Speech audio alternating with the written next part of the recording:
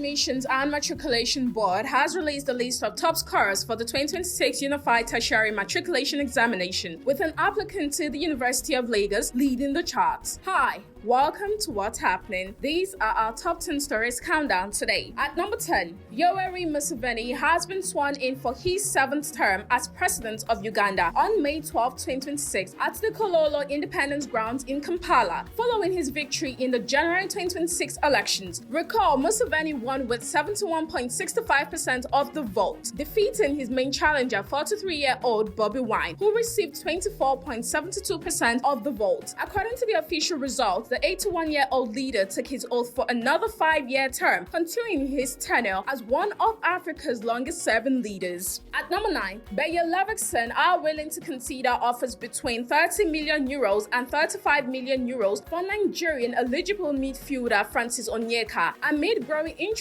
from clubs across Germany and the Premier League, Punch Sport Extra report. According to German outlet, Leverkusen are taking a cautious and strategic approach regarding the future of the 19-year-old playmaker, who impressed during a loan spell at VfL Bochum this season. Leverkusen are taking a cautious and strategic approach regarding the future of the 19-year-old playmaker, who impressed during a loan spell at VfL Bochum this season. The report stated that Leverkusen still view Onyeka as part of their long-term plans after extending his contract until 2028 before his move to Bochum, but the club could still sanction a transfer if a substantial bid arrives. At number 8, the federal government has reaffirmed its commitment to the establishment of an agro-industrial business hub in the Federal Capital Territory, aimed at strengthening Nigeria's livestock value chain and boosting investment in the sector. Minister of Livestock Development Ide Mukhtar Meha gave the assurance during a high-level tripartite briefing and strategic engagement involving the Federal Ministry of Livestock Development, ABIS Group, and the Livestock Productivity and Resilience Support Project in Abuja. Meha said the ministry would work closely with the ABIS Group, LPRES, and other stakeholders to ensure the smooth takeoff and implementation of the proposed ABIS mega livestock processing facility in Abuja. At number 7, the National Hajj Commission of Nigeria has secured official approval and operational licenses from the Kingdom of Saudi Arabia's Ministry of Health for its clinics and medical outposts established to serve Nigerian pilgrims during the 2026 Hajj exercise. The licenses received on Monday authorize the Commission's medical teams to commence healthcare services for pilgrims in the kingdom. The Commission disclosed this in a statement released on Tuesday, noting that the facilities were strategically established to provide primary healthcare services, including medical consultations, first aid, and treatment of minor ailments for Nigerian pilgrims. At number 6, the Anambra State Police Command says it has commenced an investigation into the death of an 80-year-old man, Paul Onwalu, who allegedly died after a police-led operation linked to a traditional stool dispute in Unko, Idemili North local government area of the state. The command spokesperson SP Tochukwu Ikenga on Tuesday said preliminary findings show that the officers involved in the incident had been identified but were not operatives of the Anambra State Police Command. He added that the command was treating the matter with seriousness and urged residents to remain calm while investigations continue. At number 5, the Socio-Economic Rights and Accountability Project has appealed the May 5th judgment by a High Court of the Federal Capital Territory in a defamation suit filed by 2 officials of the Department of State Services. Justice Yusuf Alilu in the judgment ordered Sarab and its deputy director, Kalawale Oluwadare, to pay 100 million naira in damages to the DSS official, issue public apologies, pay 1 million naira in litigation costs, and a 10% annual post-judgment interest on the damages until fully paid. The notice of appeal was filed on May 8 by the organization's lawyer, Tayo Oyetibo, along with an application seeking a stay of execution of the judgment pending the determination of the appeal. At number 4, the Independent National Electoral Commission (INEC) has identified insecurity and poor network connectivity as major challenges threatening the smooth conduct of the ongoing continuous voter registration exercise in Kebbi State. The resident electoral commissioner in the state, Abubakar Sakin Fawa, made this known on Monday in Kebbi. During a meeting with journalists and key stakeholders in election management, Sarkin Fowles said the third phase of the CVR exercise commenced on Monday, May 11th and will end on June 3rd on a rotational basis across the state. He added that exercise will also hold from July 6th to July 10th at the 21 INEC local government areas offices in Kebbi. At number 3, the Borno state government has allayed the fears that many repentant terrorists reintegrated into society after the rehabilitation and de-radicalization program will go back into terrorism. The state government noted that a key part of the program is swearing by the Quran, a strategy considered strong enough to prevent them from taking up arms again. The State Commissioner of Women Affairs and Social Development, Zuwaira Gambo, stated this in an interview with News Central Television aired on Monday, saying that taking an oath with the Holy Book without adhering to it has implications. At number 2, the Taraba state government has presented checks worth over 1.8 billion naira to major examination bodies to facilitate the registration of students for external examinations across the state, in line with the administration's commitment to improving access to education. The checks were officially presented on Monday at the NECO office in Jalingo, the Taraba capital, by the Commissioner for Secondary, Technical and Vocational Education, Augustina Godwin, on behalf of Governor Agbu Kefas. At number 1, the Joint Admissions and Matriculation Board has released the list of top scorers for the 2026 Unified Tertiary Matriculation Examination,